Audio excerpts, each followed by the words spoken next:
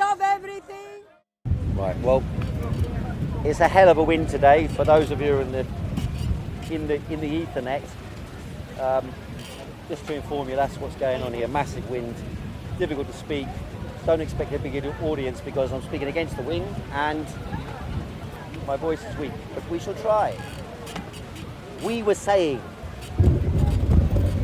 at the beginning of this meeting, I will begin with questions, contributions, remarks of your choosing, and if I can somehow meander in the right direction, I will do so.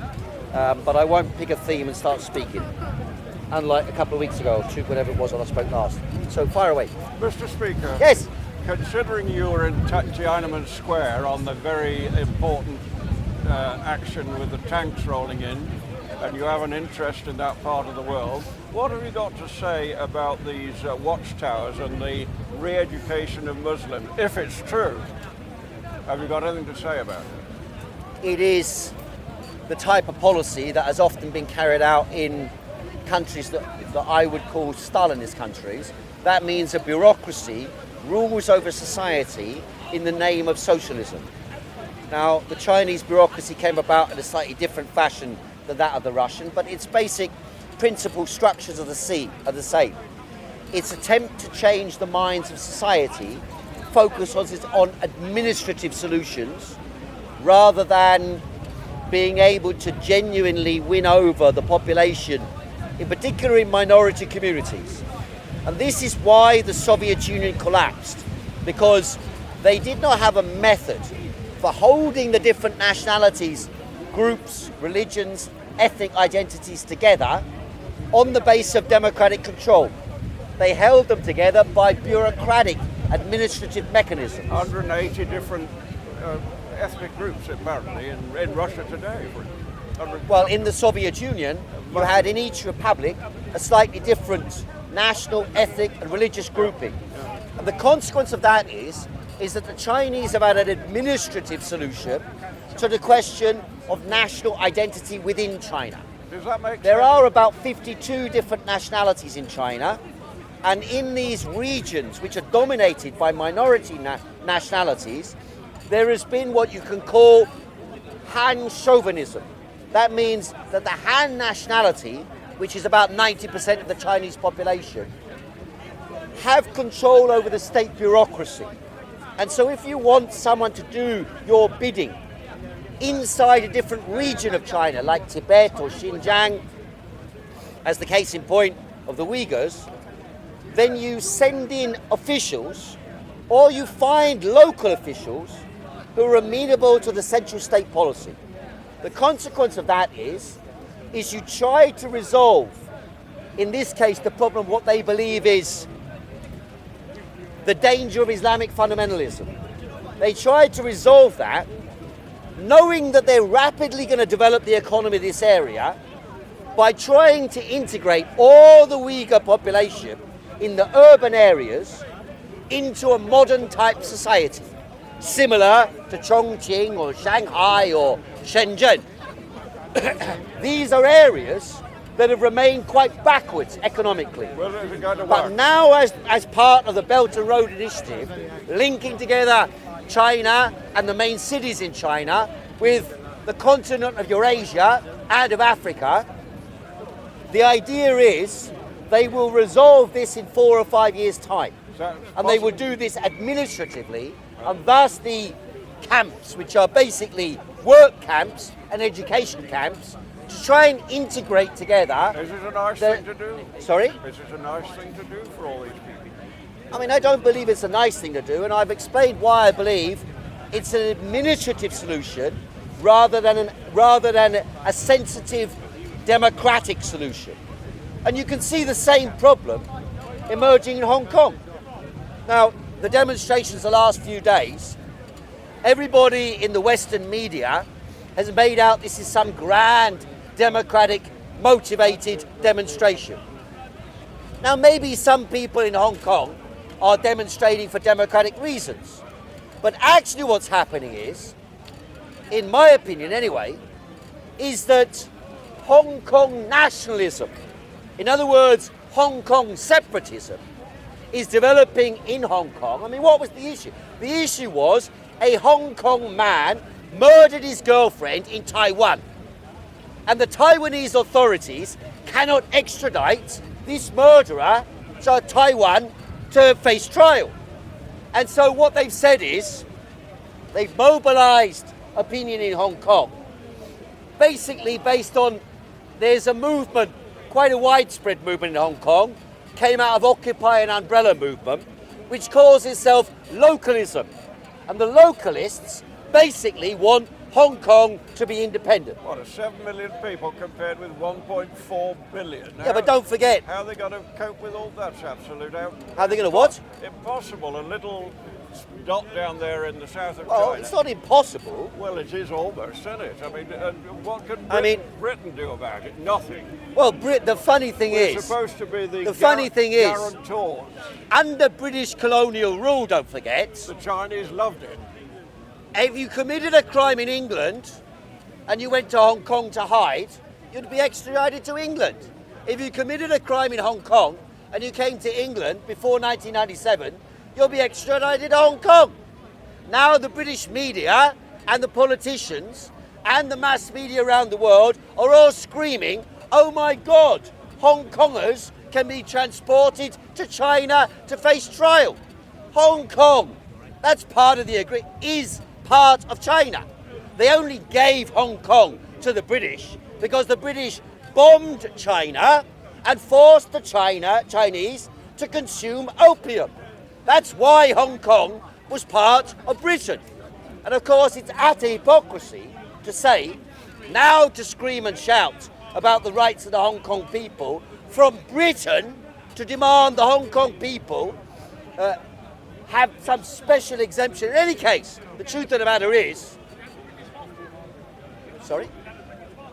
they used to have British passports, then they gave them local they didn't end up giving them all a passport. So that was one thing a lot of Hong Kong people wanted, and still want today, is the right to come to Britain. And I think that's fair enough.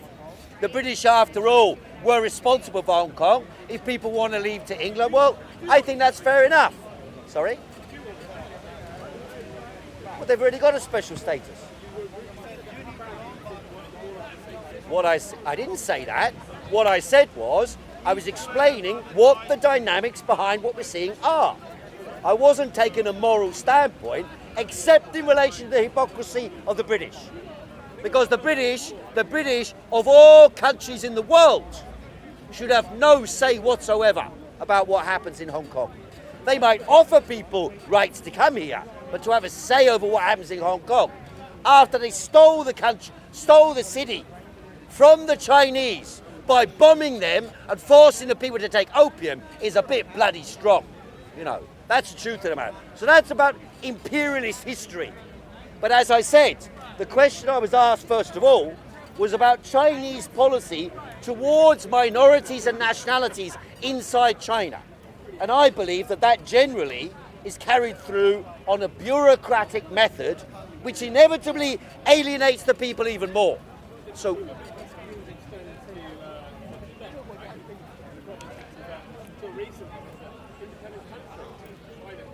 it wasn't an independent country, it was a protectorate of Britain. So in other words, it's a semi-colony of Britain. So that's not quite the same thing as independent. Well, that's not true. That's not true. From the 13th century onwards, Tibetans and Chinese were interlinked together. So that's not quite right what you're saying. But never mind. As I said, my complaint about the method of what's called in Marxist terms, the national policy in China, is that they bureaucratically force people into the control of the administration of the central state, rather than seeking mechanisms or being able to use mechanisms of democratic participation and control.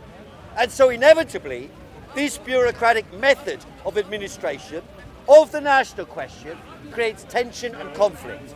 That's why, after all, if you read the writings of the Dalai Lama, you'll see in the early 50s, the Dalai Lama was happy to discuss with Mao Zedong about the fate of China and the fate of Tibet. But actually, the Dalai Lama's cousin was in league with the CIA and organised a terrorist movement to try and overthrow the Communist Party in Tibet. And, sorry? I said why. I said why. Because the national policy, I mean, I tried to explain, sorry? Well, that's what they said about bin Laden as well.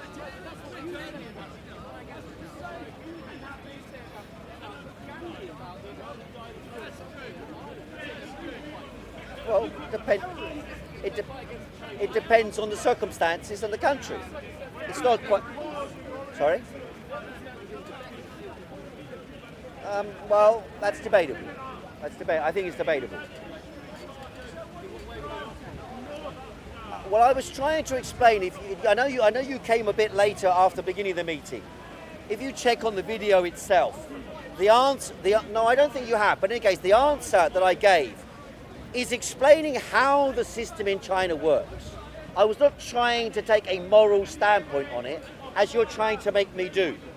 Freedom fighting, for example, the struggle against apartheid in South Africa, for example, when that was going on in the military campaign, I was opposed to that military campaign at that time, although I supported the ANC and the struggle for liberation in South Africa. I did not agree with the utilisation of bombs as a primary focus of the liberation struggle, nor in Northern Ireland.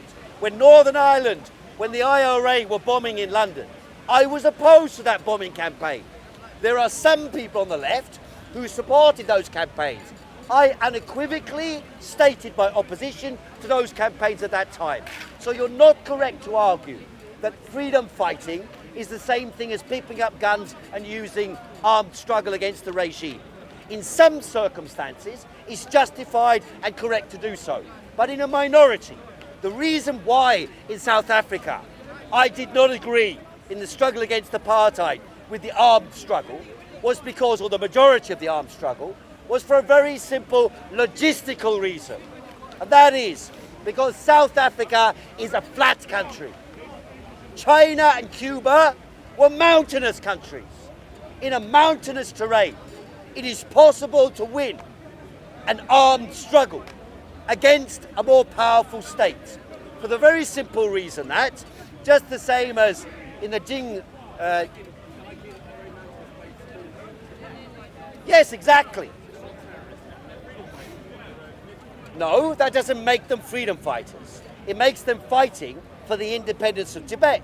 Sometimes fighting for independence could be a reactionary movement. For example, when the Catalans... Sorry?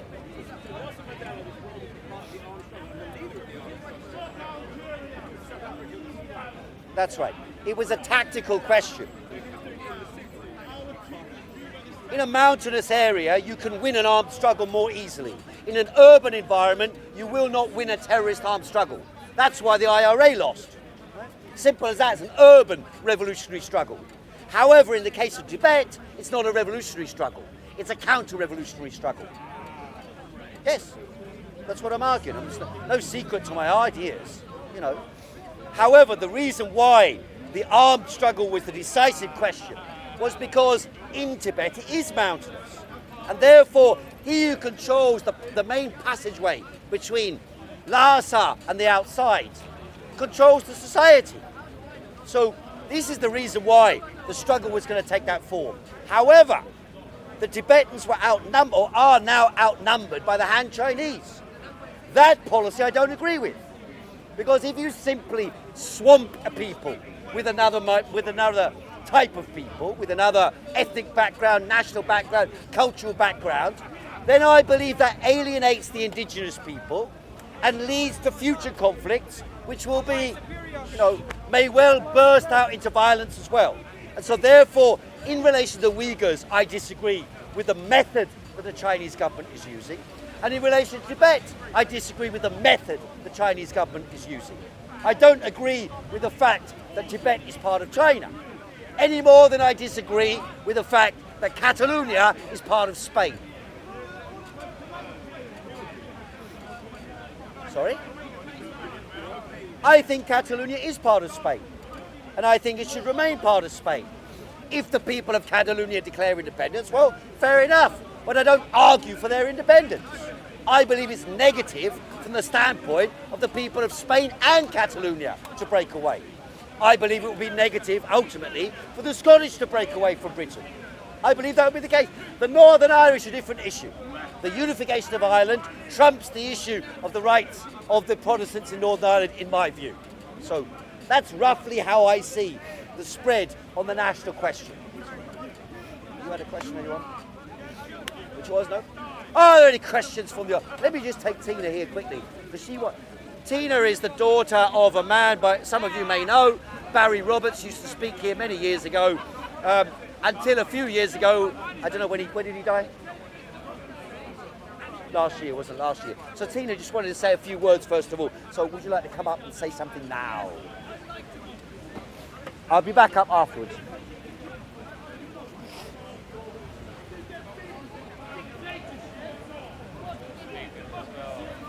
It'll be on the cam anyway.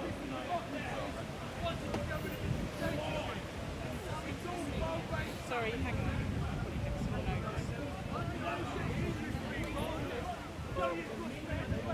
Speak it, don't read it. I know, I'm going to have to. Well, mix it together. Yeah, Don't just speak it from the machine. Right, that's it. You're fine. Oh, it's very high up here. Windy as well. Yeah, go on. Good afternoon, Speaker's Corner. Hello, Good. London. Thank you very much, Heiko, for giving me a couple of minutes of your time here, and thank you to everyone here. If you just humour me for a couple of minutes. As Heiko mentioned, my dad, Barry Roberts, used to speak here every Sunday from the late 70s until 2001 when he moved away. I've just come here today on Father's Day just to say a few words in his memory, because this was a place he loved. He loved the art of debate and the cut and thrust of debate. And he used to come here to learn by speaking to tens of thousands of people from all over the world here in Speaker's Corner, this very special place. One of the ideals and the notions that was very important to him was the idea of equality and human rights. And I believe that we are in a battle of ideas, and that's why we come here to Speaker's Corner, to fight that battle of ideas. And across the world, it is the battle of ideas that's fueled the hot and cold wars across the world, that's destroying people, animals, our habitat, and the very earth that we inhabit. And so currently it seems that if we take, for example, that idea of equality, what is equality? And I think about equality in its entirety.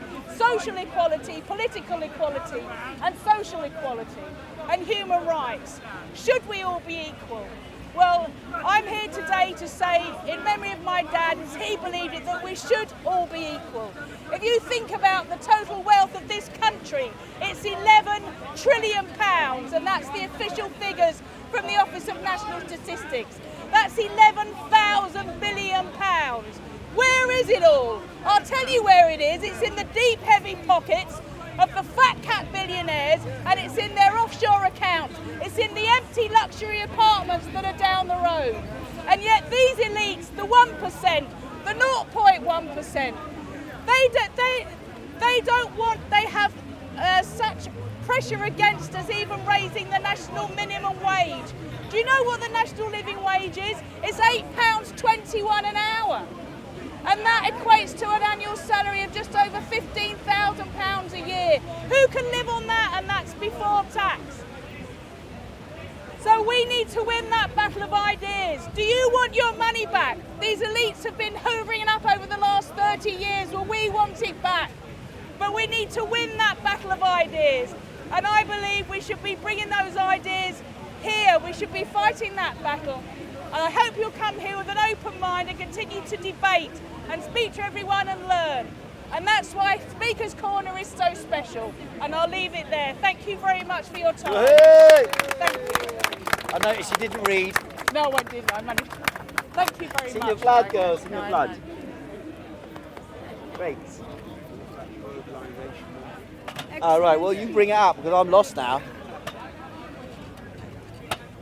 That's the Speaker's Corner blood, you see, that is. That's Barry. Barry. Who remembers Barry? You guys. Him. And the rest of you. Elisa, of course. Barry's daughter. Yeah. Where were we? Any questions from the audience, ladies and gentlemen? Globalization. Yeah, what about it? There's a lot of arguments where they say globalization is taking people out of poverty. Then there's a lot Out of what? Out of poverty. There's a counter argument saying that it's basically modern imperialism. Okay, the term globalization basically is a term that is used to denote an expanding trade between all countries in the world and an increasing intercommunication and interconnection through trade of the entire world. That process has been going on for a long time. There's nothing new about it. But when the 7 Years' War was fought, there was a war basically about globalization. The Spanish, the French, the British, all around the world fighting over territory that they would occupy and use. And so it was integrated together from its inception with the concept in people's minds of imperialism. By imperialism, it means that the most wealthy capitalist countries, the first players in the field, gained a dominant position over world trade, backed by armies and navies. They consolidated their position and cut the world up and divided it up between them. After, 1896, they divided Africa, and they used to say they sliced it up like a melon. Sliced it up like a melon. And you see countries throughout Africa divided by lines in the sand, straight lines demarcating what the country is. Whereas Africa should have been a universal continent of the people of Africa, it became many different countries with different nations, religions, ethnicity and so on, all cut up by imperialism.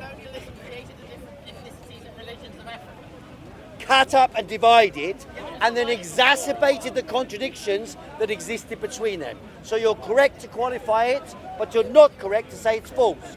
Because, for example, the Hutus and the Tutsis in Rwanda, they were perfectly happy to live together, but one was manipulated by the French, the other by the Americans and the British. And that resulted in the 1990s in a slaughter between them, between different groupings, backed by different imperial powers. What you're saying is you believe in nation states. You believe that countries should have their own country. I didn't say anything of the sort. I said Africa. I said Africa should have been a united continent. And then everyone can kill each other. Because what you just said is... You're saying countries shouldn't be divided up artificially. No, I didn't say that. I was talking. Hang on. I was not taking, again, a confusion here. I was not taking a moral standpoint on the dynamics of globalization. I was explaining what they are. There were two components to that. One component was the general process of expanding trade as a consequence of the emergence and development of capitalism. The second was, within that process, that some countries, the European countries, America and Japan, gained a dominant position within world capitalism about the beginning of the 19th century. Well, I said about. I said the 7 Years' War. Well, actually, in 1820, according to Madison, India and China were wealthier than Britain or America or any other country in the world. So it does matter. Because they had a large population. The physical wealth may have been there. The actual technological advancement, which is all that matters. This is why the Well, that's not correct either. You're incorrect on that as well. 1820 Europe was far advanced technologically of any other place on Earth, which is why they could conquer all the other places. Well, that's not true. Otherwise, why do they do it? How can Britain conquer India? Because they got aggressive. Hang on. That's why. China had, if you read, there's an encyclopedia written by a Cambridge professor called Joseph Needham. And Joseph Needham wrote the book called Science and Civilization in China, where he documented all the fields of science and technology and culture where the Chinese outstripped the West. Up until the Renaissance. Well, not only in the Renaissance, even during the Renaissance, even during the Renaissance and the Enlightenment, the Chinese were still ahead in the key sectors, in many key sectors. The Western capitalist system overtook them primarily because, one, they had global imperial ambition, the Chinese did not. Zheng He, for example, earlier than the West, had already sent ships to Africa. Some people say they even visited South America and Australia.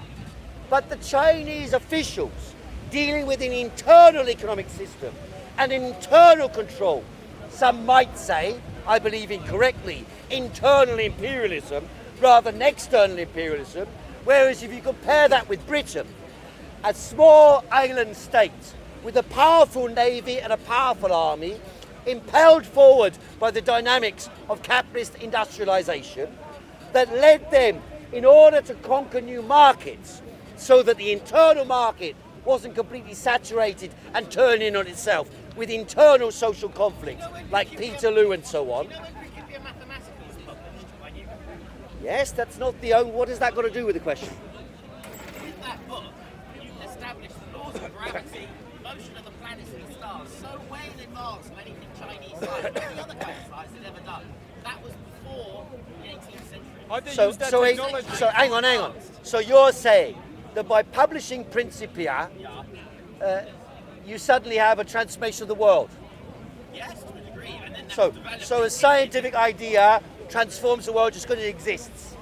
No, people applied it to engineering, to Right. development of guns, cannons, So the ships. application, right? Yeah. Where did gunpowder come from? No, I admit China was more advanced before the Renaissance. Where did- By the time that we get to the 17th, 18th, My friend, 19th century, Europe was so far advanced. Right. I specified a date, 1820, because you said before 1820, Britain and co had a huge advantage over the others. But that's disputed. I don't think it is. I think anybody. Well, I my- would like to see what you say. There is a book by the.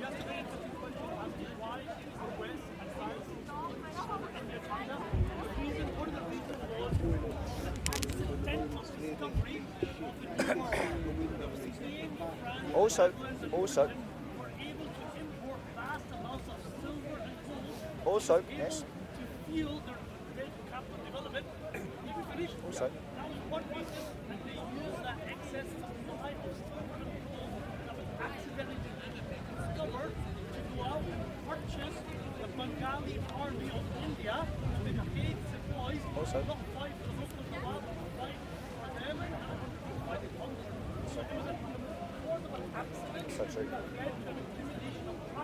So true. So true. Yes. Yes.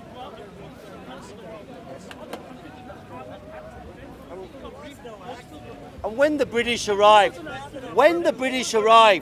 an accident Christopher Columbus set off not to discover the Americas, but to discover which country? India and China. So it was an accident. No one predicted there would be a new world there. No one predicted that there would be so much gold and silver there. No one predicted there would be spices there. No one predicted there would be potatoes there. Christopher Columbus convinced the Spanish monarchy, I am going to go and trade with India and China, not to discover a vast quantity of gold, silver and commodities for you that you can then use to trade with the rest of the world and supersede the rest of the world. Well, the big question. Let me just clarify one thing for you. Then you come back to it. That was the accident reason. This debate you're touching on, as I said, the central figure in this debate, in intellectual circles around the world, in global scholarship, right, is the man by the name of Joseph Needham. The question why China did not establish its dominance and, or better said, maintain its dominance in the world is called the Needham puzzle. You can look it up on Wikipedia. And the Needham puzzle is concerned with why China, with its advantage in technology, science and culture, up until 1820, according to Madison, why China did not establish its dominance. And there are different views on this. One of them is concerned with mathematics. One of them is concerned with the social structure of China, which I think is more accurate. However, the argument that this is not the central discussion about which countries dominated the world is nonsense. I mean, this is actually the central scholastic argument about this question in the world. So it's called the Needham puzzle. Right? You're saying that I'm talking nonsense because I'm suggesting that someone else could have become the dominant economic power in the world, or that Britain or France or Germany need not have dominated the world. But once they made the scientific discoveries, I think it was fairly inevitable. Well, I don't think that's They correct. had a technological advantage, and unfortunately, But that's what I just they said are, to you. They want to dominate. I said to you, I don't if buy you it. check, I'm not asking you to buy it. What I'm saying is not my opinion. What I'm saying is the global research on economic development and the formation of global power in modern times is summarized in the question called the Needham puzzle. And the Needham puzzle is concerned with why China did not maintain its dominant position in the world, even though it was more advanced in science and technology than the West. That's the question. So maybe, well, you're saying it's factually, but you've never even heard of it before. I just spent 8 years studying this for my PhD. So, Chinese political economy. Right? I just spent 8 years studying it. Doesn't mean I'm right, but at least I know the field of discussion. What I was talking about, because this gentleman asked me, was about globalization. I said there was a process of globalization before imperialism. But imperialism consolidated a particular pattern of globalization dominated by Britain, France, Belgium, Spain to some degree, but Spain was a lesser power. And in fact, one illustration to prove that your argument is incorrect was the following. When the British went to China and tried to trade with the Chinese, the trade was entirely one way. The Chinese exported to England. Everybody, even in the royal household, was buying Chinese silk, Chinese ceramics, Chinese products, Chinese spices. I mean, over there they were talking about food earlier on. They didn't even have fish and chips in England in those days, right? They used to eat porridge and gunk. The Chinese had a much more sophisticated economy, and the consequence of that was that the British tried to find something they could sell to the Chinese because they were gradually running out of silver with which they were paying the Chinese. The consequence of that was Britain came up with a great idea. Sell them opium. And that's how Britain came to attack China in the Opium Wars, and it was their military superiority which allowed them to defeat the Chinese. Their military is one component of technological, because the British were prepared to use gunpowder to kill people. The Chinese had been using gunpowder for entertainment. The British had a bit more bloody and vampiristic taste. They wanted to use entertainment as a method of murder and conquest. And so yes, that combination, sorry? I didn't say China. You see here, it's this Boris Johnson in you that you need to clean out of yourself, right? Not everything was made by Boris Johnson and Winston Churchill and his children.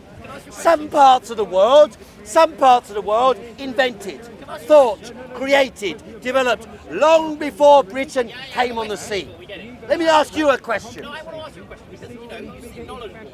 I'm reasonably knowledgeable. As you said, right, the gold and silver coming in, okay? The country which had more gold and silver than any country in the West was, of course, Spain. Right? Yeah, but Spain had been defeated by the British already.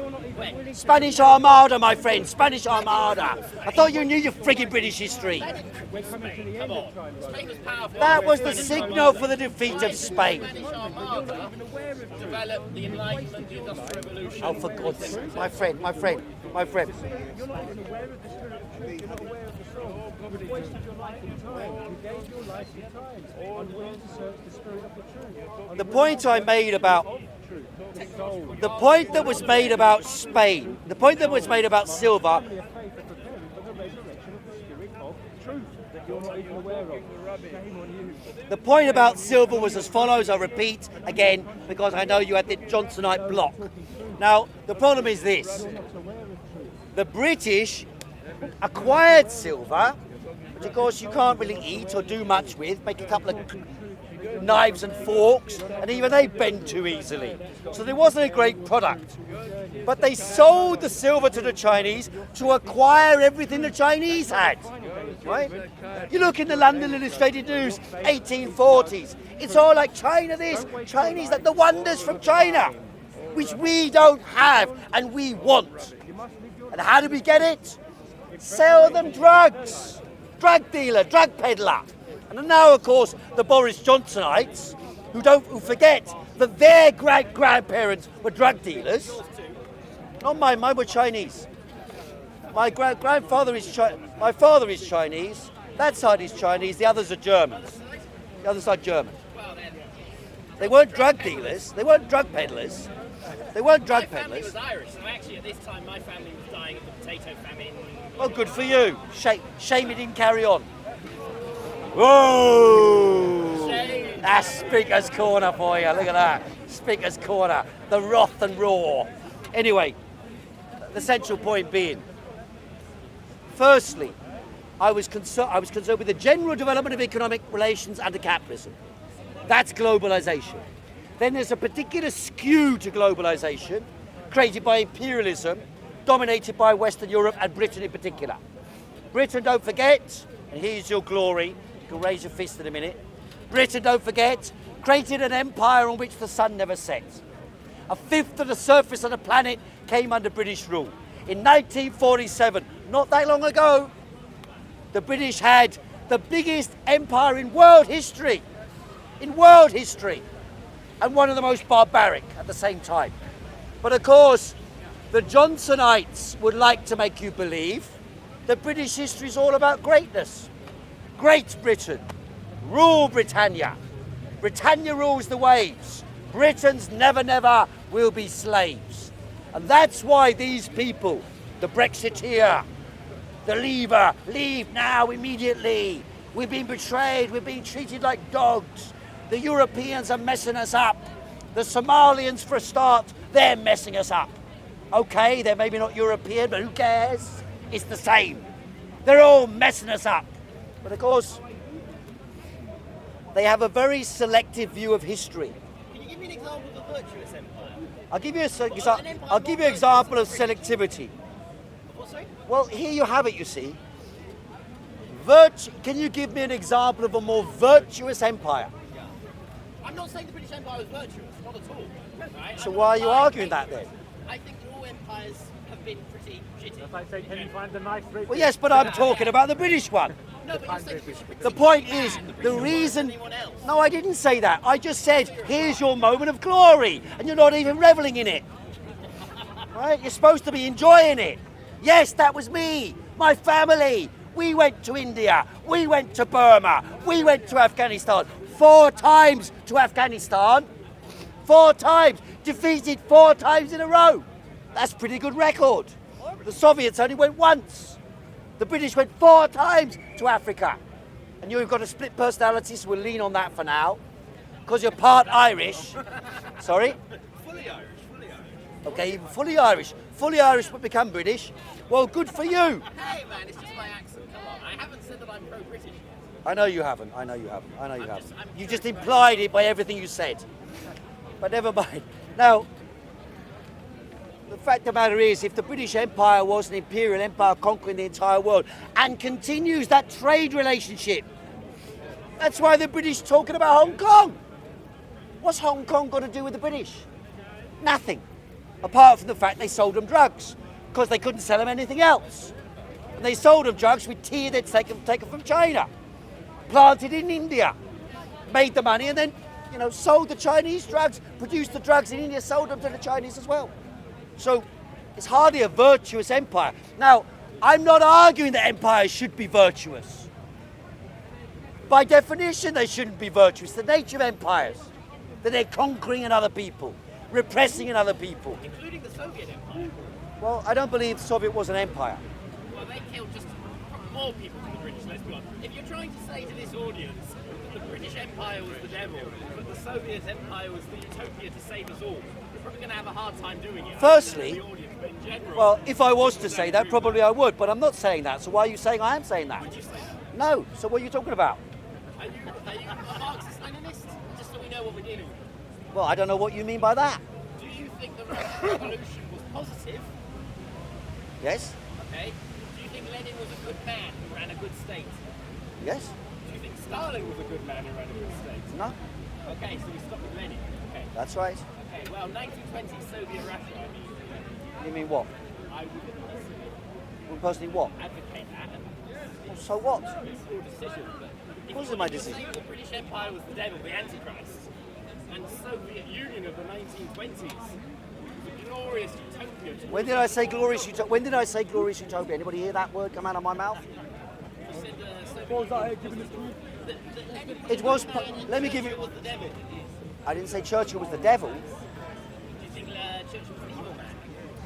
It's I mean, hard to pin you this is down, again. I'm This is. just, I know it's hard to pin me down because you're throwing up what you want to pin me down with, and they're saying I want to pin you down with this. You must fit with what I pin you down with. You haven't even heard me speak. the same to me. No, no. We were talking about globalization, the process of global intercommunication and intercommunication of trade. The dynamics behind that was an automatic process of economics. Then I said the dynamics of capitalism led to the formation of certain nation states that dominated world trade and world economics, and also militarily divided up the world and conquered large parts of the world.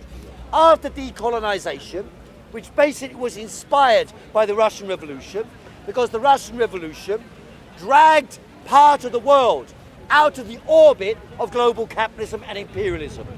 But the British didn't want that to happen, so they invaded Russia after 1918. They invaded Russia and tried to overthrow the government. Nevertheless, they were defeated. And after they were defeated, they constantly sought the overthrow. Sorry? Unfortunately for the Russians, they were defeated. Well, that's just your personal viewpoint. It's not. Some things are fact, some things are just views. As I said, not many people are going to say the Soviet Union was great. Even people who believe in socialism often will say that the Russian Revolution was an aberration, they did things wrong. So, I'm not defending the British Empire. But you, again, you haven't heard my views on the Soviet Union, so you've got no basis to see. Well, there really wasn't a discussion I was talking about. I don't mind going on to that, provided you're prepared to engage in a following a discussion about what happened, rather than simply throwing your prejudices against me like one statement after another.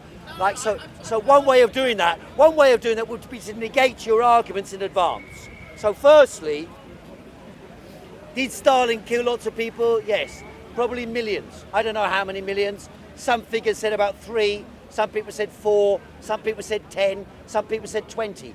I don't know how many. I would guess probably between the 3 and 5, something like that. Was it a barbaric regime? Yes. Was it a dictatorial regime? Yes. Was it a system that economically functioned? Yes and no. It functioned for large-scale projects of large-scale development, from backwardness to a basic middle level of development. It functioned to do that. It educated the people, it trained the people, it housed the people, it fed the people. Better than India did under the British. Better than Africa did under the British. But nevertheless, it had the flaws endemic in a system of society which attempts to create socialism in a very backward economy. That was the precondition to understanding the dynamics, the material dynamics. That's what I was talking about with globalization. That's what I was talking about with China. That's what I was talking about with Britain. That's what I'm talking about with the Soviet Union. The material dynamics of development, which are not moral views, they are attempts to analyze the objective dynamics in society. It's like saying to you, after 2008, the economic crisis fostered the foundation for the Brexit vote, for Donald Trump, for the move to the right in Europe. That's not because people were waiting to turn stupid. It was because the economy is the foundation for everyday life. And when the economy turned downwards, millions and millions of people in Britain who are not educated to understand the world, They're educated to understand their own life, their own circle, their own friends, their own town, their own village. Their views were shaped by the material conditions they experienced.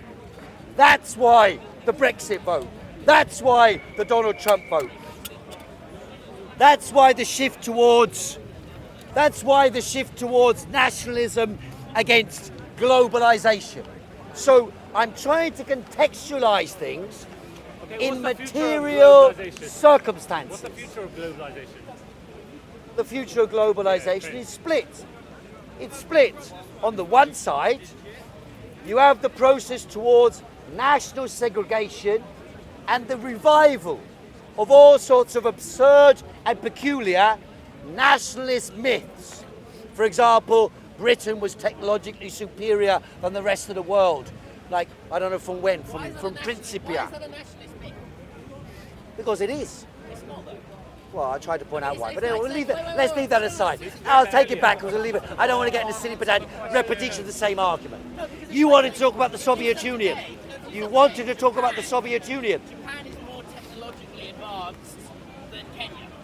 Yes, That's not a value judgment of the two countries. that's correct. a fact. That's correct. Okay, well, in the same way, say Britain was more Yeah, but we've technologically disputed advanced. that argument, and it's all on tape, and you can check.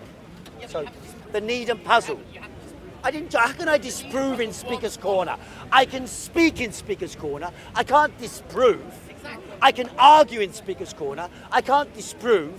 You can disprove by looking at what was said, checking the references, look up Wikipedia, need and puzzle, and then check out the references. You can check whether Britain was higher or not. If I'm wrong, I'm wrong. If you're right, you're right. You can check it. technological developments in GDP. I don't see when I did China that. had higher GDP. My friend, we've done this argument. You asked me to talk about the Soviet Union. I went onto the Soviet Union. And then you went back. I went back momentarily. Now I'm going back on.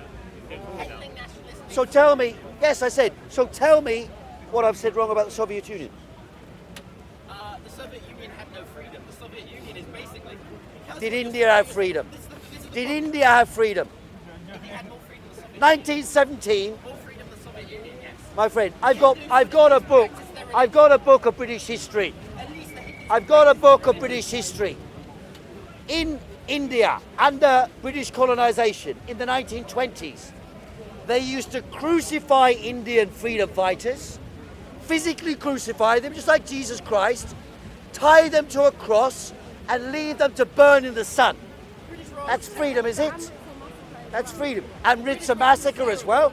Not only Amritsar massacre, in 1943 to 1944, 3 million people in West Bengal were starved to death by conscious policy of the British in the Second World War.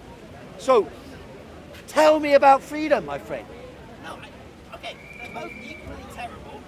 Well, I don't know whether they're equally terrible. I'm merely arguing freedom is not a strong argument. It's the fact in the British Raj, you can practice whatever religion you believe in. You can practice Islam, you can practice Hinduism.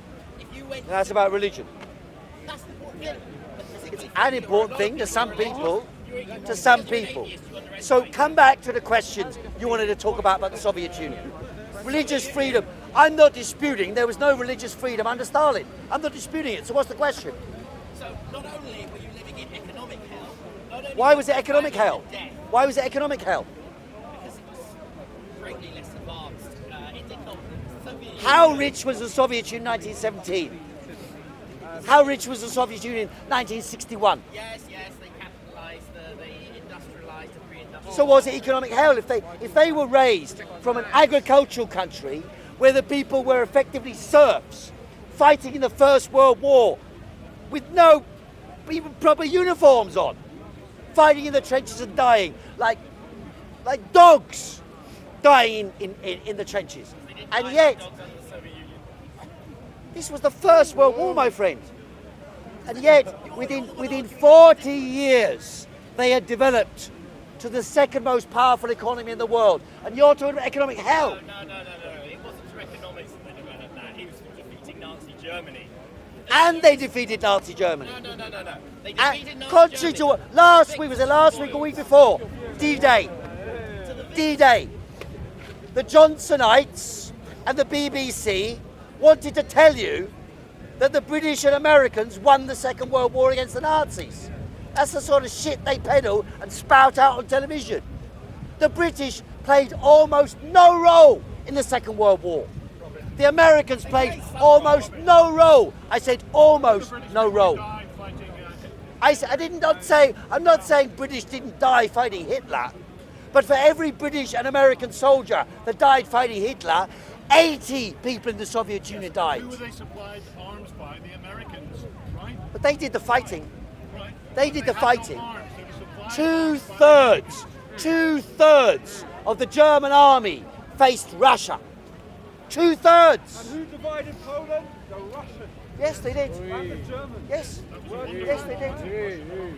Well, did I say I supported that?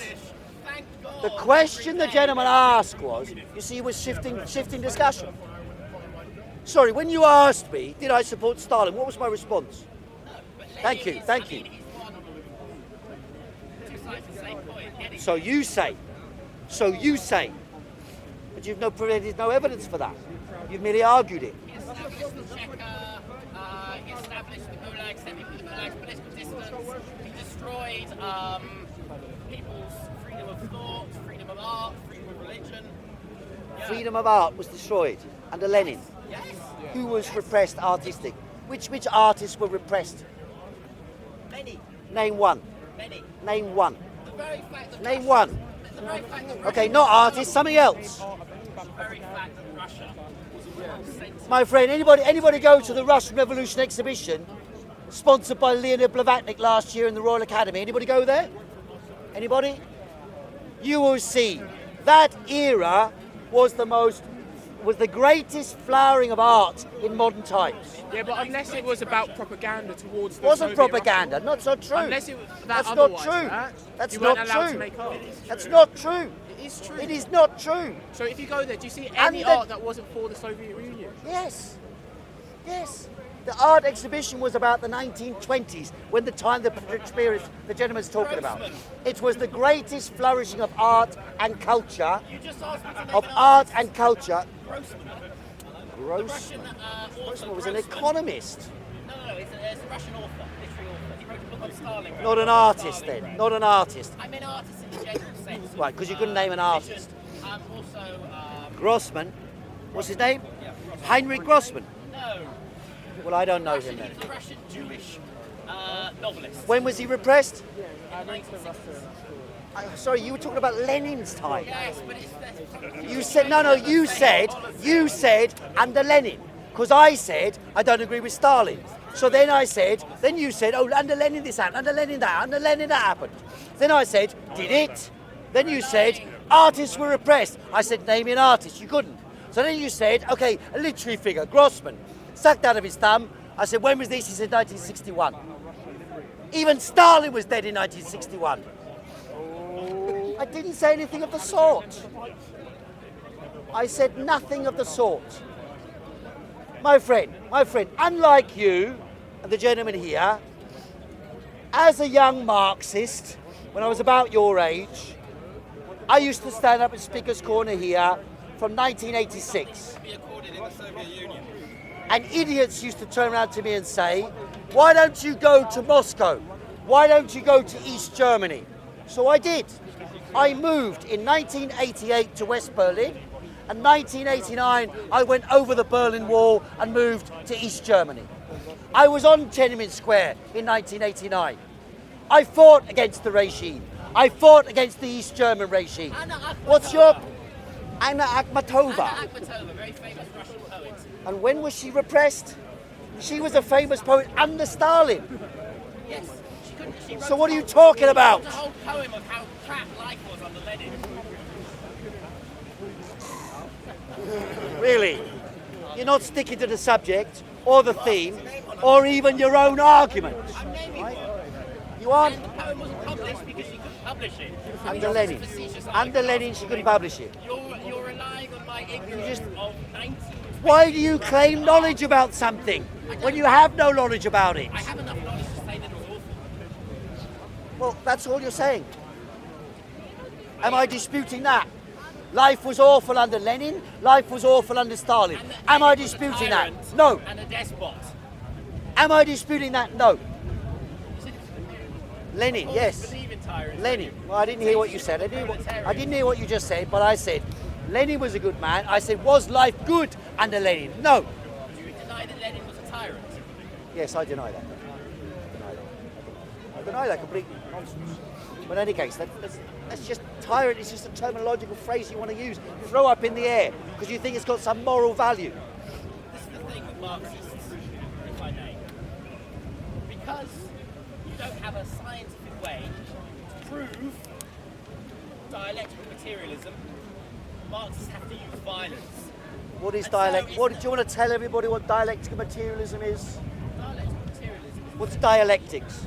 Dialectics is the methodology taken by Marx. Which is from what? Hegel Which is what? and applied- Which is what? It's the Marxist analysis What is of it? history based What on is it? economic forces. It's not historic. What is dialectics? Look, you can't just say what is it every time I give you a definition. You said No, dialectical you've got some materialism. memorised line. You said it. What does it mean? What's your definition? Dialectics is a theory developed by Hegel, which is based on the idea that everything is driven by internal contradictions and that all matter in the universe and ideas are in a constant process of flux and transformation. Everything is in motion, driven by internal contradictions. I graduated in philosophy. Well, good for you. You just didn't know the dialectics, but that's fine. No, I did know dialectics. I'm just reminding No, I you. did know dialectics. I didn't know it. I am going to know it, just for your personal information. I am the main guide on the Karl Marx walking tour. I know this stuff quite well, right? So, and as I pointed out to you, my main sphere of political activity in my adult life, since I was 17 years of age, was the Marxist struggle against Stalinism, right?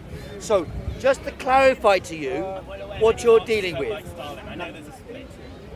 Right, so that's where I come from. Okay, yeah. Now, dialectics is this concept that everything is in a constant process of change and transformation from one form to another, from quality to quantity, quality to quantity to quality.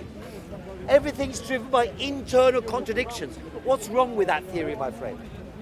That's such a vague, abstract theory. I can't That's say- the theory. What I can You say- mentioned it, you brought it up. What's wrong with it? Dialectical materialism. Sorry?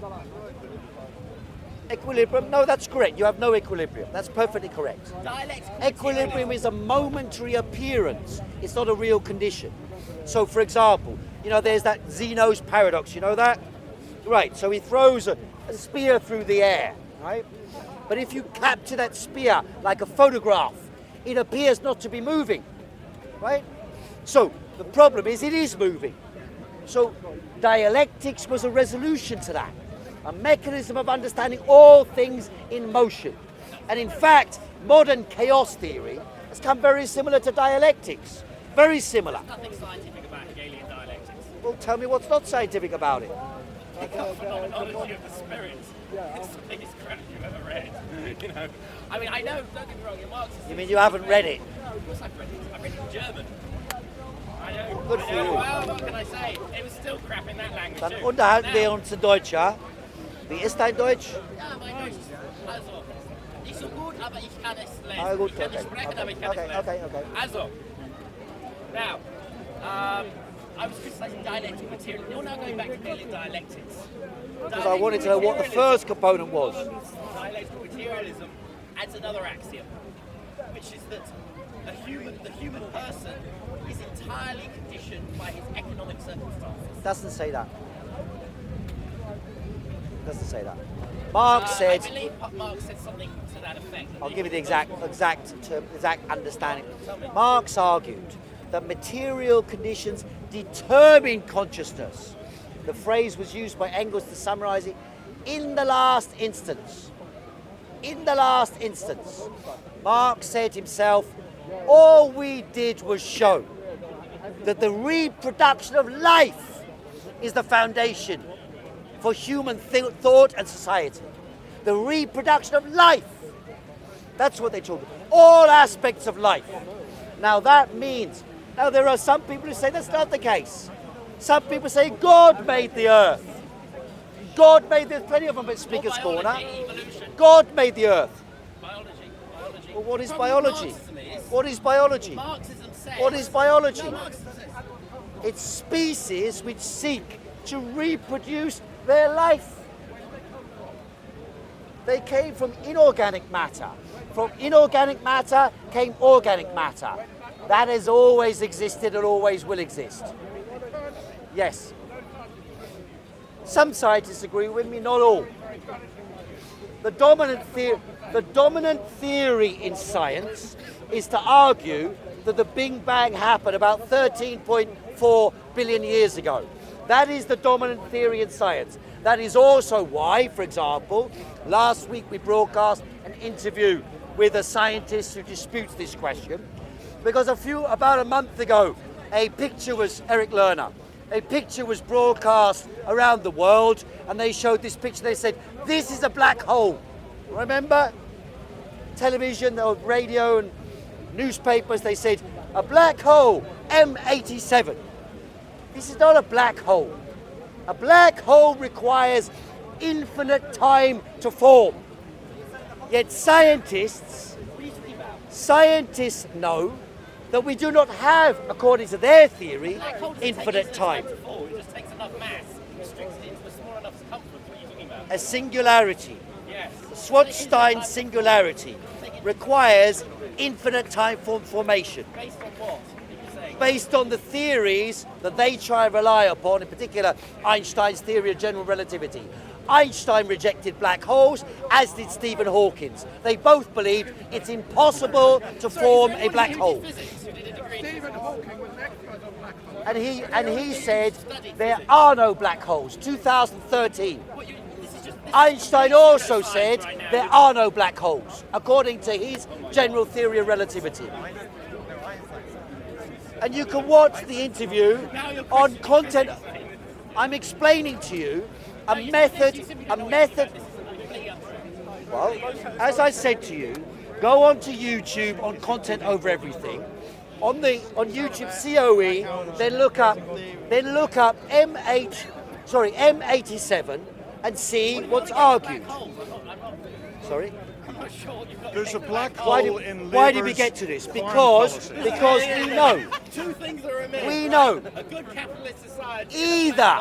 Either you can have a real existing black hole, which took infinite time to create, or you can have the Big Bang. One or the other. You can't have them both. Yes, there's two theories, steady state theory and the Big Bang. They're scientific areas. But you cannot have a real existing black hole if you're saying it takes infinite time to create, which all the scientists do. All scientists say that. There are no serious scientists in cosmology who say that a black hole can be formed now in the present without infinite time for formation. No. Oh my god, I've realised what you've been confused on. I don't think so. No. The point I was arguing. No, you're completely confused. You've got this completely wrong. What is the picture? No, what it is cosmology is dominated by particular financial institutions. There are a limited number of telescopes in the world. Access to telescope time is restricted by finance. How do the black holes... NASA is one of the in the United States, the National Science Foundation and NASA are the main financiers. They give access, one to finance, two to telescope time. Telescope time is allocated to those who agree with the dominant theory, which is that the Big Bang happened about 13.4 thousand million years ago. However, the problem is, because the majority of papers published in cosmology and in astronomy are focused on theoretical physics rather than on practical observation. The consequence of that is we can see atoms, yes. With microscopes, we can see them, yes. Sorry? He said atoms. He said, can you see atoms? Well, okay, that's what I argue. If I'm incorrect, I'm incorrect. The argument that is given. What's the end game here? Sorry? What's the end game? Why do black holes help in the oppression of the proletariat? Why are the bourgeois? Well, the person who first argued there is a black hole, or better, sorry, the first person who argued that the universe came from a Big Bang was a priest. There was no Big Bang. His name it's is a Lemaitre, There was no right? there to hear. 19. It's a metaphor. Well, the Vatican has accepted the theory. Metaphor for an event. So, why do you think the Vatican accepted the theory of Big Bang? Well, the Vatican didn't used to accept it. Sorry? It is the dynamics. In economics, you'll all understand this. In economics, the dominant sectors of economics that are financed to do PhDs, to do research, to get finance for their institutions, all support capitalism, right? That's not accidental. It's because, well, that's what they believe. They believe the dominant. Have you ever studied economics? Yes, that was what my PhD is in. Yes, Well, then, but I've got a. I have a. to get a PhD in the economics department, you have to be capitalist. I didn't say that. You see, you don't listen even, do you? Funded. I said I didn't get funding. I funded myself. Ah, okay. Where did you do your PhD? King's College. In philosophy, right? It was in political economy, Chinese political economy. A what? That's not economics. Well, here you have it. Here you have it. Here you have it. Here you have it. Hear that? Hang on. Did you hear what he said? Repeat what you just said. Repeat what you just said. When I said I studied political economy, China today, that's what I studied, and the history of China's economy. What was your response? What did you say? Just repeat it. So that's not a crime. I know what you're talking You said, did you study quantitative economics? Yes. Did you study mathematics? Right? Yeah. No. I don't believe you have to study mathematics to study the world economy. I don't believe you have to study models, computer models of quantitative economics. There we go. And by the way, sorry?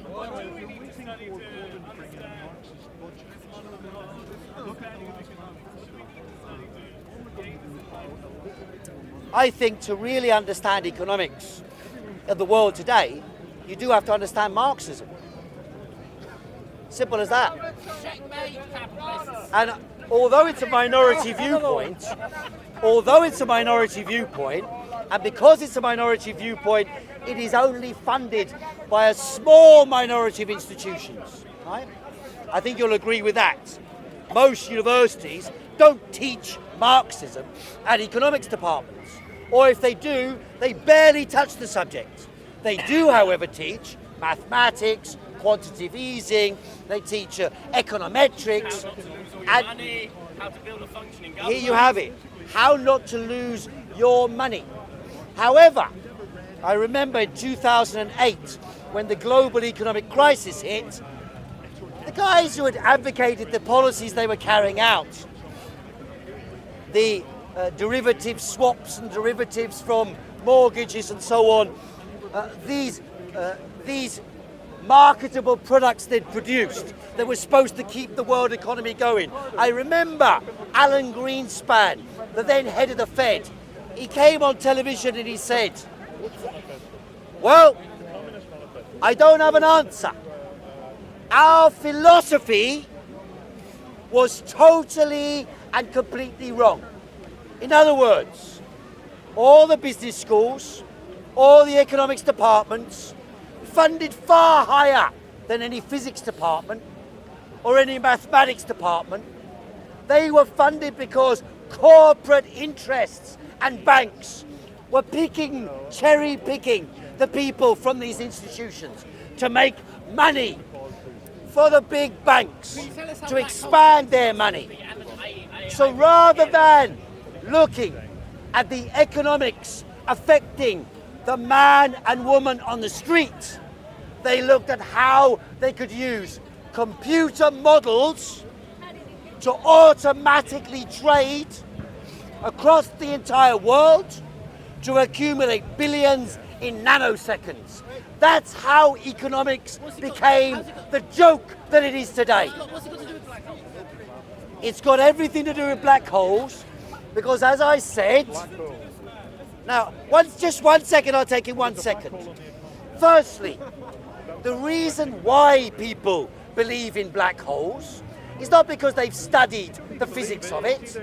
It's not because they've studied the mathematics of it. It's not because they've studied the models of it. And it's not because we can observe the same process on Earth. But we think we can. Because when we lose a pen, we turn around and say, where the fuck has that pen gone? Maybe it's gone. And when we spend trillions of dollars to save the banks that somehow have lost all the money, we say it's gone into a black hole. And therefore it's become part of popular consciousness. Science, mathematics, culture, education are tied to a society. They are not separate from it. And therefore, in the Spanish Inquisition, when Galileo looked up at the heavens and concluded, contrary to popular opinion, that the earth revolved around the sun rather than the other way round, he was called a heretic and forced to recant. On the contrary, my friend. Contradicting scientific deduction and fact for the sake of ideology. No, what I'm contradicting is mathematical models. Galileo established There is no observation of the process of the black hole anywhere on Earth. None. There is no actual observation of a black hole in practice. What we have is a model superimposed by data collected by telescope stations, which are then modelled around a theoretical model and adjusted to produce an image. Just the same as if you go on Photoshop and you want to make this person's face disappear because that fits your model of what you want to produce, then you adjust the Photoshop until his face disappears.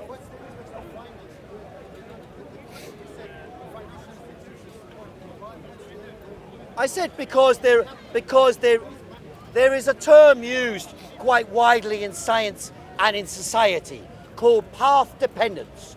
You start out on a particular route, and to adjust yourself from that route becomes difficult.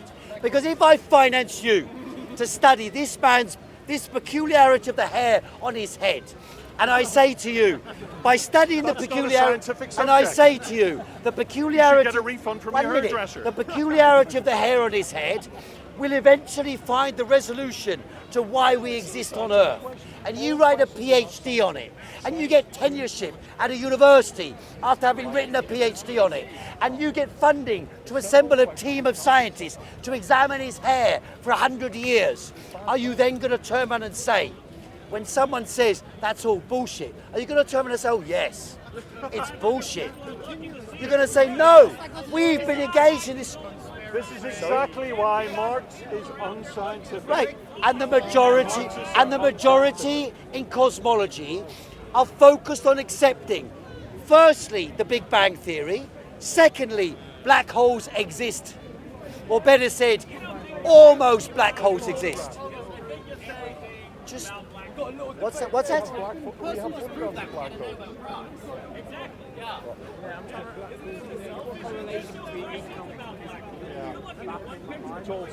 It's not a picture. It's an image created by a computer model. A computer model from one-dimensional data. This is a picture of me. It's not a theoretical model. Well, it's got long-term observational experience. Right? There's supposed to be a black hole in the middle of our galaxy. Why don't they photograph that one?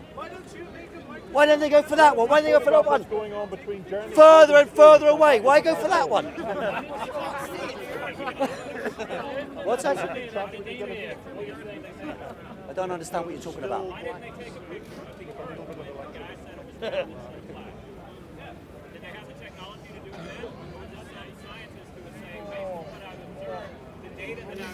Yeah. Well, that's Not really, no. Not really, no. Not really, no, because Galileo could put up, could confirm the ideas of Copernicus. Quite yet to be able to look at it and say this is exactly how it works. But chances are 90%, 80%, 70%, this is what's out there. How do you know what percentage it is? I know, that's why I said 90%, 80%, 70%. Perhaps 10%. Perhaps 10%. Perhaps 1%. Right. So what do you ask yourself then? If you don't know, and you're admitting you don't know, I'm admitting I don't know. But I'm saying to you, I am not a scientist in cosmology. I have discussed with one scientist who I know, who is an expert in cosmology. We broadcast it on the YouTube channel from Speaker's Corner last week. You can go and check. You don't have to, because the overwhelming majority say the opposite. So this is just one contrarian view. And by the way, you only need one contrarian view to destroy scientific consensus, right? So the scientific consensus in economics supports capitalism and econometrics, yet it fucked the entire world. We know that sociologically, right? Sociologically.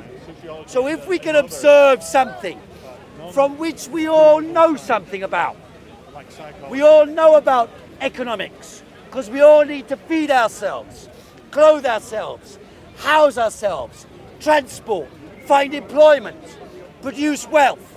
We understand more about economics than about black holes, than about chemistry, than about biology, than about philosophy, and yet, despite trillions of dollars of funding for economics, economics remains a mystery unless you examine Marxism. No, I said economics. Kepler and Copernicus arrived at the result that the sun was stationary and the earth went around the sun using mathematics. Well, Galileo by observation, actually. No, mathematics. Galileo confirmed the ideas of Copernicus by observation. No. He used observation. Yes, it's true. Mathematics to prove. And that Helios thing. You can have there is Confirmed the by observation. Ptolemaic version of the My world friend. with cycles and epicycles, perfectly consistent. But what do you want to say now? What are you aiming at? Are you trying to show you know something, or are you aiming at something? What do you want to debate? What's your subject matter? I'm telling you. First, you start the Soviet Union. Yeah, for God's sake. No, but you haven't been here for a while. Ptolemaic system of cycles and epicycles, perfectly consistent with observation. It wasn't mathematically. But who did the observation? Ancient Greeks. I mean, It wasn't mathematically elegant. It didn't make sense. Elegant. Does that matter? Yes, it does. Does it? Yes, it does. Does it? That's You what know, made you know, The elegance? you know how proving The theory elegance works? matters? Yes. What is mathematics? Wait, listen in.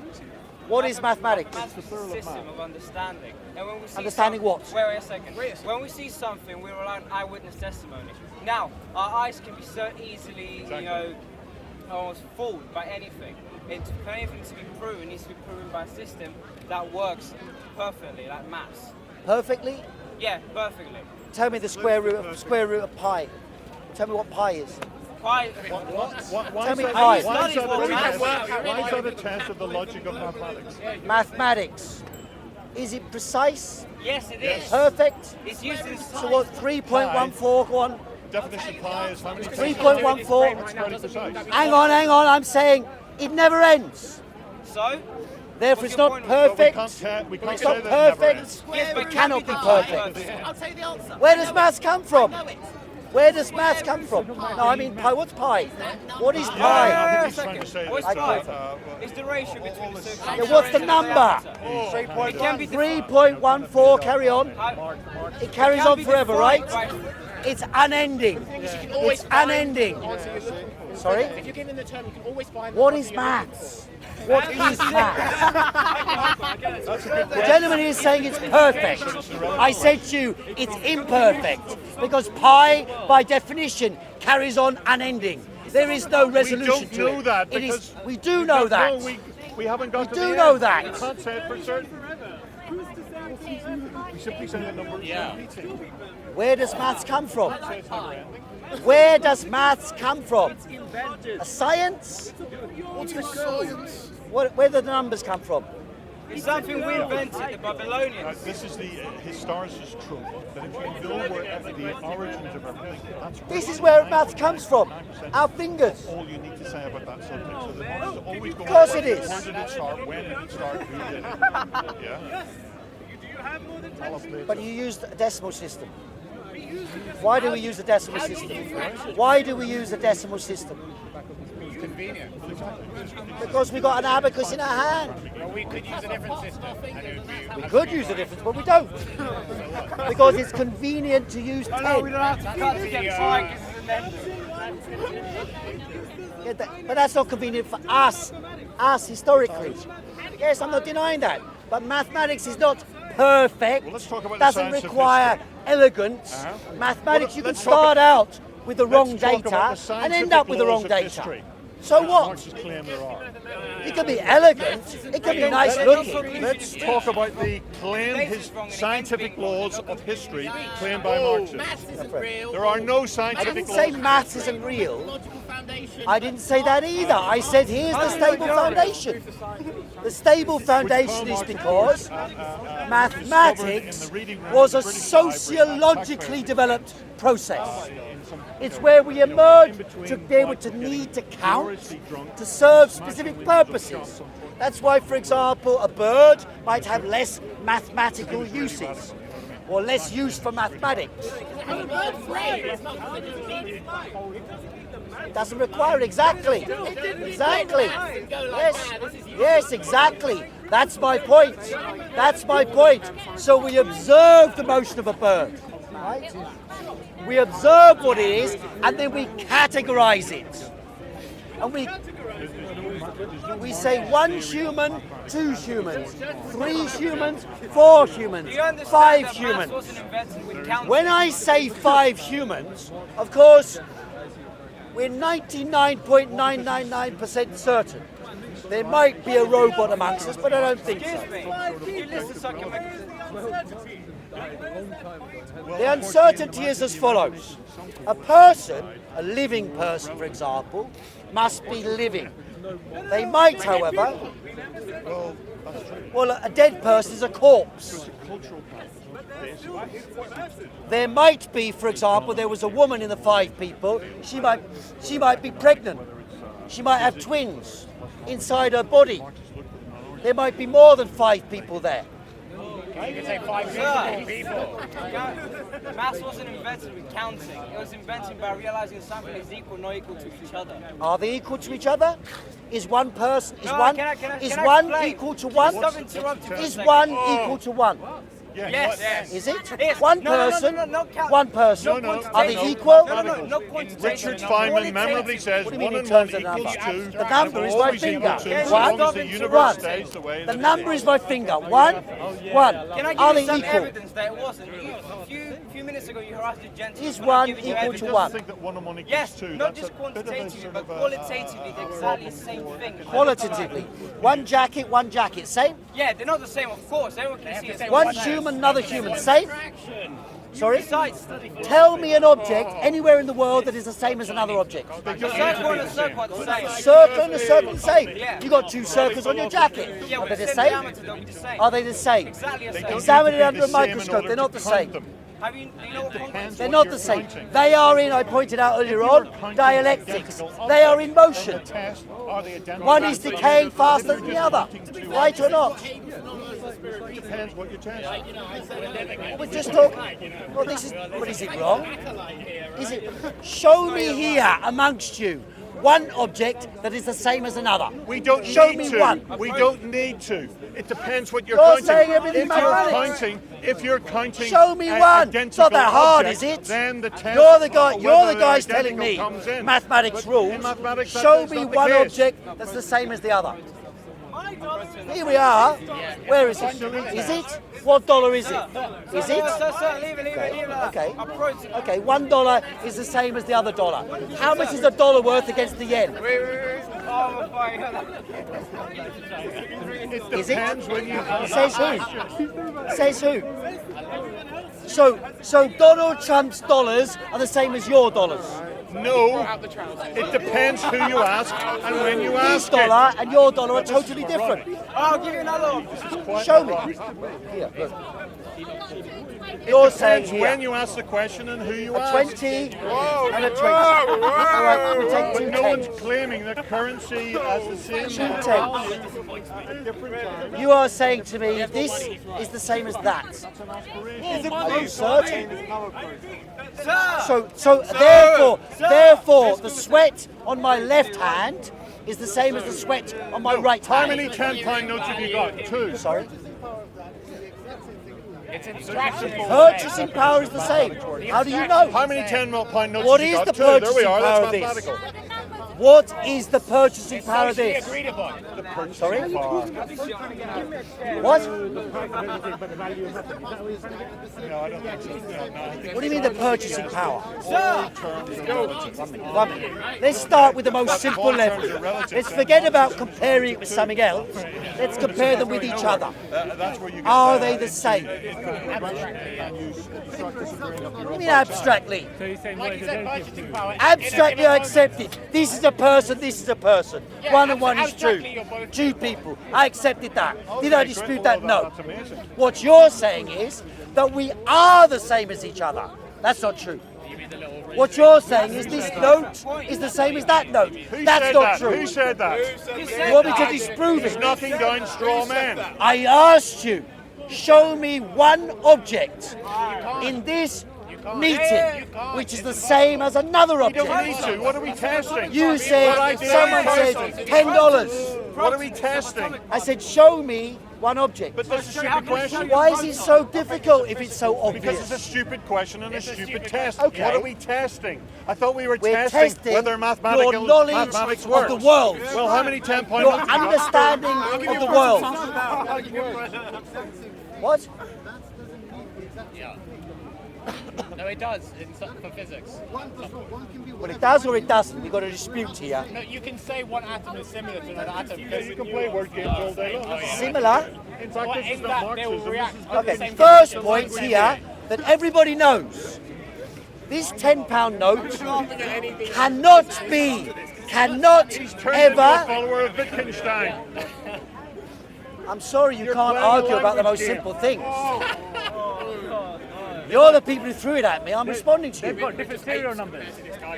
These notes, by definition, are different. If they were the same, one of them would not be a £10 note. By Right? quantity, they're the same. If they were the What's your same, point? one of these would not be a £10 note. It means they were the same, they £10 would be notes the by No, definition no. are distinct from each other by the number written here and the number written here. Right? Now, okay, that's a trick. Let's imagine that you had some number on a computer instead. Whether they're identical. Sorry? What? Otherwise, if you go into the bank and the bank can say, sorry, sir. I'm sorry. You said to me, mathematics is perfect. Right? So it must represent something real in the world. Or is it just, as the gentleman here said, an abstraction? If the test Which is what I said. whether the note I that you're said to have is a counterfeit, numbers, then you will want to mathematics test, come from paper, human want to test the sociological numbering, test, abstraction. 10 clarity of the fingers. print. There's a whole range of That's ways where to it comes find so from. the police can check for content. That's all it is. Sorry? He's got this absurd idea. So the issue we started from was... You can only add things together when they're identical. If you're adding together, if you're trying to create Human mathematics, yes. a total for a number of things which are identical, then that will be the test. That's not what we're... Human beings began to use language about 2 million years ago. Maths is an extension of the human condition and its relationship to external environment. Mathematics does not exist objectively separate to human beings. Sorry? Well then, if it was objectively separate... Well, you say it's universal. How is it universal language? Some tribes, I can't remember where, I think in South America, they used to count in 20s. And in fact, in England, when I was a young, it's not the same math. It's not the same math. Manipulated the same way. Whether you use one base. If you used, well, it's not true. It's not true. We used to use 12 as the denomination of the currency in Britain. We decimalised in the 1970s. I remember the sixpence. We had the guinea, right? Why did we use 12? Because 12 could be divided by different quantities and have larger quantities. There are arguments, perfectly logical arguments, for using 12 as the denomination. We use 10 because it's convenient for humans to use 10. So I asked you this, same question coming back again. Some people familiar with my arguments about these things. It's not anyway, an argument. You're making a statement, and then this is the philosophy of knowledge, my friend. We are dealing with the philosophy of knowledge. We're not dealing with a philosophy of knowledge. We're dealing with a problem you have with logic. All right. Show me. I ask you one more time. If you can't do it, if you can't, there are no. It's not similar. There are lots of objects that are similar, right? What I am arguing is. So what's your conclusion if we can't show you this? What is the conclusion? The conclusion is there is nothing that is the same as anything else. Nothing that is exactly the same as anything else. Or is nothing the However, in order to navigate in this world of ours, we use mathematics as a representation for the external world. That ability to abstract and to place objects within an intellectual framework that abstracts from reality and makes a category that allows us to understand the world better is an enormous step forward for humanity. That doesn't mean that what you said is true. That doesn't make mathematics perfect, and it doesn't make an elegant algebraic formula correct. It doesn't make an image you create based on that algebraic formula a real image of a black hole, as has been argued over the last month. We don't have a photograph, we have a theoretical, mathematically constructed image. It's not a photograph, it's an image based around a theory. The mathematical theory is there, and then they fit the mathematical theory to match the data they collected from what they call a black hole. That's what has happened, right? So the argument that I am making is very simple, and that's about what the gentleman asked me about earlier on in the meeting. He said dialectical materialism. Marxist science, I agree, does not exist. What exists, and in this respect, Marxism is scientific. It is not a science in and of itself. Marxism. Marx failed to produce the scientific laws which he said created history. He did not produce those laws, and that was his central claim. I don't agree with you. His central claim was that all pre-existing forms of socialism weren't good enough because they weren't based on science. He claimed to have created that. That's true. He created what he called scientific socialism. So one of the basic scientific laws of that, which comes back to the question the gentleman asked earlier on, is this philosophy of dialectical materialism. We close. You wanted to know, he raised it. What does it mean? Dialectics is a It non-scientific means, subject. firstly, analysing the objective world is analysing the material world around you. By analysing the material world, we approximate towards reality. How do we approximate? We say one person, two people, three people. Dialectics is not a scientific theory. It We is then- a philosophical theory we then- put forward by Hegel. Yes, Right, dialectics. who was the is, great yes. teacher of Karl Marx. Yes, and? Karl Marx was a young Hegelian. Again, you're dodging the Where's the central dodging? claim, Where's the dodge? the central dogma Where's the of dodge? Marxism, which is that there are scientific laws of history. I'm not dodging Why it. don't you bring I'm to explaining that? it.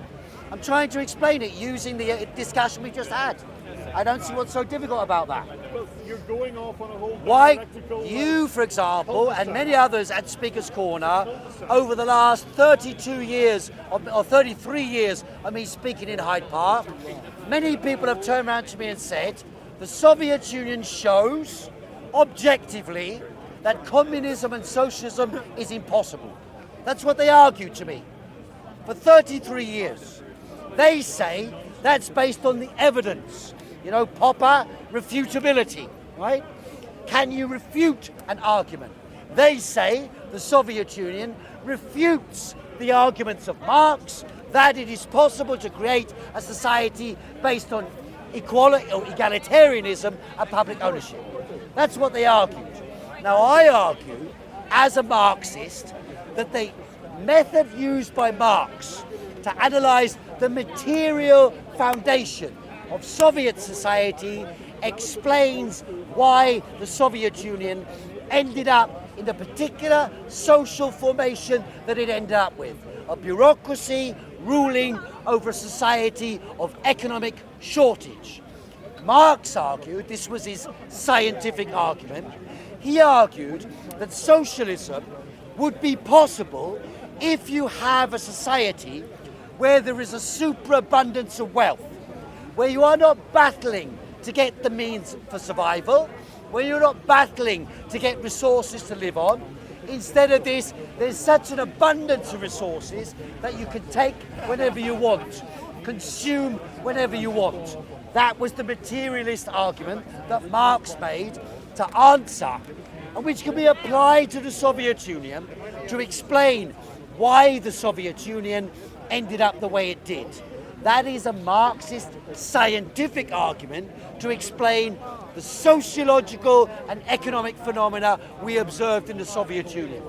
I attempted to apply the same methodology to analyse China today in my PhD, which I will send to you if you want to get a copy of it.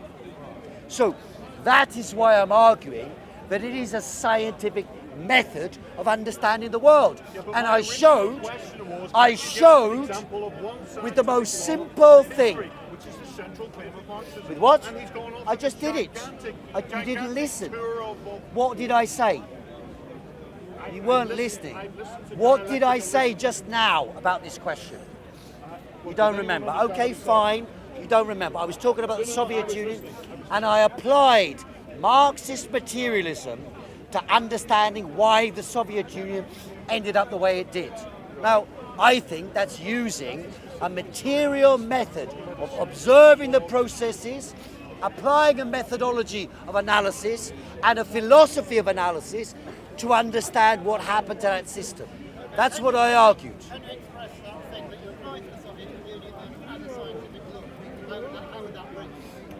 Okay, in a simple formula you could say this.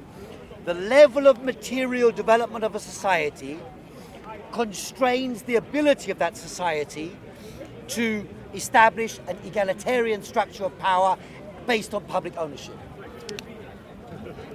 The level of material development, the level of economic development of a society constrains and limits the ability of a society to establish an egalitarian form of human social organization based on public ownership. If you have public ownership in a backward society, a new form of dictatorship and bureaucratic administration will take over the running of society. That is a law that can be applied by analysing the processes since 1917 in the Soviet Union. There is not, however, an alternative capitalist method that explains the Soviet Union scientifically. And that is also why in 1989, when I lived in East Germany and I went to China, I lived in East Germany 2 years. That is why the Western powers were unable to predict the collapse of the Soviet Union. And you can look wanting to try and find out. There was only one person who predicted the collapse of the Soviet Union within the establishment elite. That was Zbigniew Brzezinski. Otherwise, all the pundits and the CIA experts and the military experts and the political experts got it wrong about the collapse of the Soviet Union. Okay, what about China? China's future now. And the same in China. In China, they all said, after 1989, they said any day China will collapse. Why did China not collapse? It was a material question. Because whereas the Soviet Union in 1989 was already a developed, industrialized country, where all the contradictions within that particular model of development had reached its head, its peak. And therefore, either the regime went to what I believe was genuine communism or towards capitalism. That dilemma has not yet reached its peak in China. China still has 50% of the population living in agriculture, producing in agriculture. If you bring people from the countryside to the city in China, you raise the productivity of labour and the economy of scale by a factor of 2 or 3 times. Therefore, the industrialisation process in China, till you reach about 90% of the population living in urban areas, means they can continue to operate on the basis of a bureaucracy and public ownership dominating the economy until such time as they reach about 90% urbanisation. That is, again, what I believe would be an economic constraint. It's not a law, because politically a regime could fall.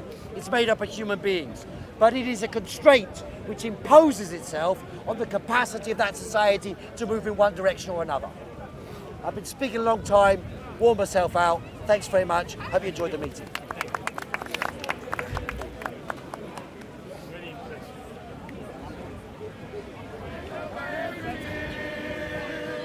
Come take away everything from your humanity. Come, man, say it straight. Man, don't listen to BBC. Man, don't listen to ITV. Assalamu alaikum, guys. Listen. Big up and holla at everyone to COE channel. We've just come from the Saudi embassy, our team Bayat al-Gadir. Essentially what was going on at the Saudi embassy was a protest against the shrines which have been demolished by the Saudi government. The Saudi government has demolished the shrines of the Prophet's